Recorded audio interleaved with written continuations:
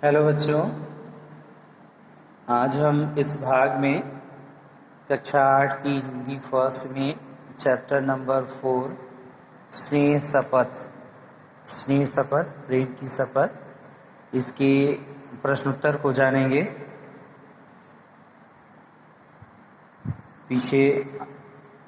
पिछले भाग में हम लोग पढ़ चुके हैं, इसको एक्सप्लेन किया जा चुका है। तो आइए इसमें हम लोग जानते हैं इसको प्रश्नोत्तर को। देखिए, ये भवानी प्रसाद मिश्र जी की ये कविता है, सुंदर रचना है उनकी, भवानी प्रसाद मिश्र जी की, जिसमें उन्होंने मित्र हो या शत्रु हो, परिचित हो या अपरिचित हो, सबके साथ एक समान व्यवहार करना और प्रेम पूर्वक व्यवहार करना, आदर का व्यवहार करने के लिए बताया है कि किस प्रकार हमें स्नेहपूर्ण व्यवहार करना चाहिए। देखिए इनके प्रश्नों को, कह रहा नीचे दिए प्रश्नों के उत्तर दीजिए। मौखिक है, जान लीजिए आप लोग। मौखिक प्रश्न क्या है? पहले पद्यांश में कवि जिह्वा को क्या भूल करने से रोक रहा है?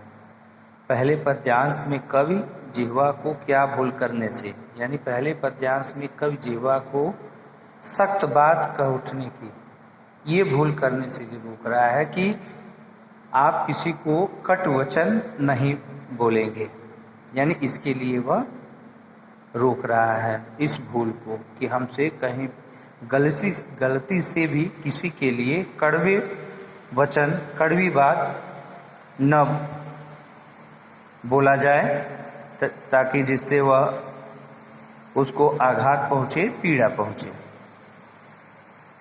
दूसरा प्रश्न है, कवि किस जतन को प्यारा कह रहा है? कवि किस जतन को?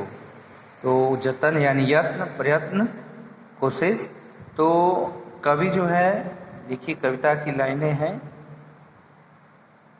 गिरे हुए को जो उठा न सके, इससे प्यारा कुछ जतन नहीं। तो गिरे हुए को उठाना, हाँ, इसको प्यारा जतन कह रहा है कि इससे प्यारा कोई जतन नहीं। कवि किस प्रकार से काम लेने की बात कहता है? कवि जो है वह स्नेह पूर्वक यानी प्रेम पूर्वक काम लेने की बात कहता है। कवि करुणाकर तथा भिखमंगों की शपथ लेने के लिए क्यों कह रहा है? शपथ लेने को क्यों कह रहा है? कवि करुणाकर तथा भिखमंगों की शपथ लेने के लिए इसलिए कह रहा है, ये प्रेम के प्रतीक हैं। करुणाकर, देखिए करुणाकर का अर्थ यहाँ ईश्वर से है, दयालु से है, जो दयालु हैं, और भगवान से भी है। तो इसलिए वो कह रहा है कि शपथ है तुम्हें उस ईश्वर की, उस करुणाकर की, और शपथ है तुम्हें उस भिखमंगे की जो भीख मांग मांग के मर गया। किसकी भीख मांग के? उस प्रेम और आदर की, यानी जो समाज में प्रेम और आदर के हकदार हैं, उनकी शपथ लेने को कह रहा है। अब ये मौखिक प्रश्न थे। अब देखिए लिखित प्रश्न में लघुत्तरीय प्रश्न है, दुस्साहसी व्यक्ति को किस प्रकार झुकाया जा सकता है? यानी जो दुस्साहसी मतलब जो दुष्ट व्यक्ति हैं, जिनके अंदर दुस्साहस भरा हुआ है, वो दुस्साहसी व्यक्ति को किस प्रकार झुकाया जा सकता है? तो कविता के अनुसार, कवि भवानी प्रसाद मिश्र जी की इस कविता के अनुसार दुस्साहसी व्यक्ति को प्रेम पूर्वक व्यवहार करके उसको झुकाया जा सकता है। अगला प्रश्न देखें,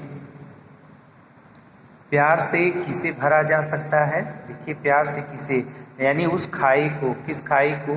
जो भेद भावना की खाई है, उसको भरा जा सकता है प्यार से, प्रेम से। यदि किसी के प्रति आपके मंदिर में, आपके अंदर भेद भावना है, उसके प्रति कुछ बातें हैं, तो आप उसको प्रेम पूर्वक व्यवहार करके उसको आप भर सकते हैं, उस गहराई को, उस गहरे को भर सकते हैं। किसको अपने हृदय का स्नेह देने की बात कवि कह रहा है? किसको अपने हृदय का स्नेह देने की बात कह रहा है?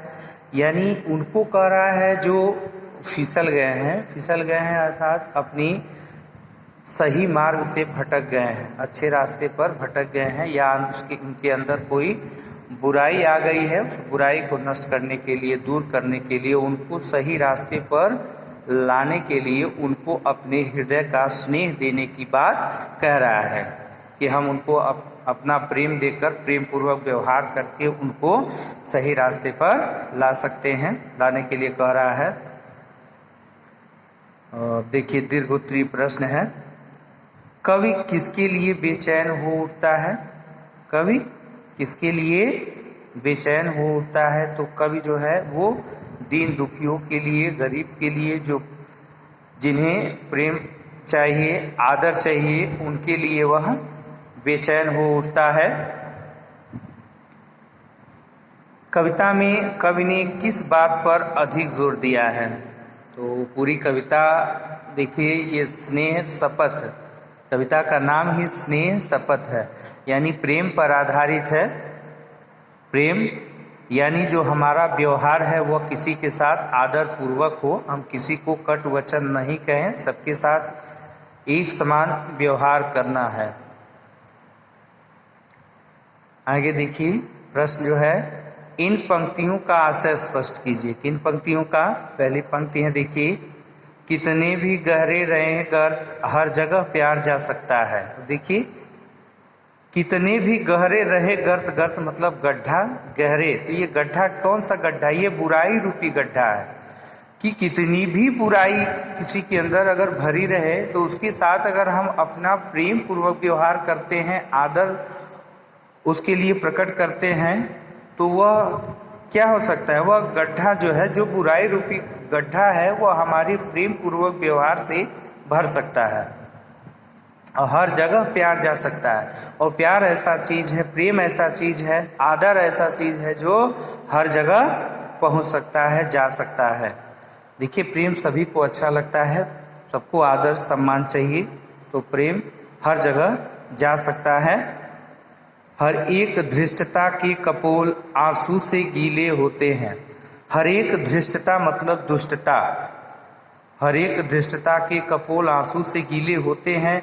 हर एक दुष्ट के कपोल आंसू से कब गीले होते हैं? वो तब होते हैं जब हम उस दुष्ट व्यक्ति के साथ भी प्रेम पूर्वक व्यवहार करते हैं, कविता के अनुसार आदर पूर्वक व्यवहार करते हैं, तब उसको ये महसूस होता है कि हमने कहीं ना कहीं गलती की है और उसकी वजह से उसकी आंखों में, उसके नेत्र में जो है पश्चाताप के आंसू बह निकलते हैं, और उन आंसुओं से जो कपोल, कपोल का अर्थ होता है गाल, उन आंसुओं से गाल जो है वो भीग जाते हैं, आंसू से गीले होते हैं, और वो गाल जो है आंसू से गीले हो जाते हैं। देखिए उसके बाद ये प्रश्न है, कविता का सार अपने शब्दों में लिखिए। तो ये समरी लिखनी है कविता की, पोएम के समरी लिखिएगा आप लोग अपने शब्दों में, अपने तरीके से। कविता आप लोग पढ़ चुके हैं, एक्सप्लेन हो चुका है, क्वेश्चन आंसर भी बता दिए हैं। देखिए बहुविकल्पी प्रश्न कुछ दिया हुआ है, इसका आंसर हम जान लें। कवि मनुष्य को किसी से क्या नहीं करने को कह रहा है? क्या नहीं करने को कह रहा? कड़वी बात, क्योंकि वह कह रहा है कि सख्त बात कह उठने की तेरी जिह्वा से हो न भूल, यानी हमें किसी से भी सख्त बात नहीं करनी चाहिए और ऐसा भूल नहीं होना चाहिए। कभी भी हमारे जीवन में ऐसी भूल नहीं होनी चाहिए जिससे कि किसी को आघात पहुंचे, किसी को चोट लगे। अगला प्रश्न है, गलत राह पर जाने वाले व्यक्ति को कैसे सही राह पर लाया जा सकता है? तो उसको दंड देकर नहीं, वो और भी उसके साथ गलत हो जाएगा, वो गलत रास्ते पर चला जाएगा। हमें उससे प्यार से समझाकर उसको सही रास्ते पर हम ला सकते हैं। कविता में प्यारा जतन से कवि का क्या तात्पर्य है? यानी गरीब की मदद करना कि गिरे हुए को उठाना या भ्रष्ट दुनिया को देखना? तो गिरे हुए को उठाना से कविता में, कविता हम पढ़े हैं कि गिरे हुए को जो उठा न सके इससे प्यारा कोई जतन नहीं, तो गिरे हुए को उठाना। उम्मीद है प्रश्न उत्तर आपको समझ में आ गया होगा, आप अपने कॉपी में इसको नोट कर लेंगे, ठीक है? Okay, take care, bye bye.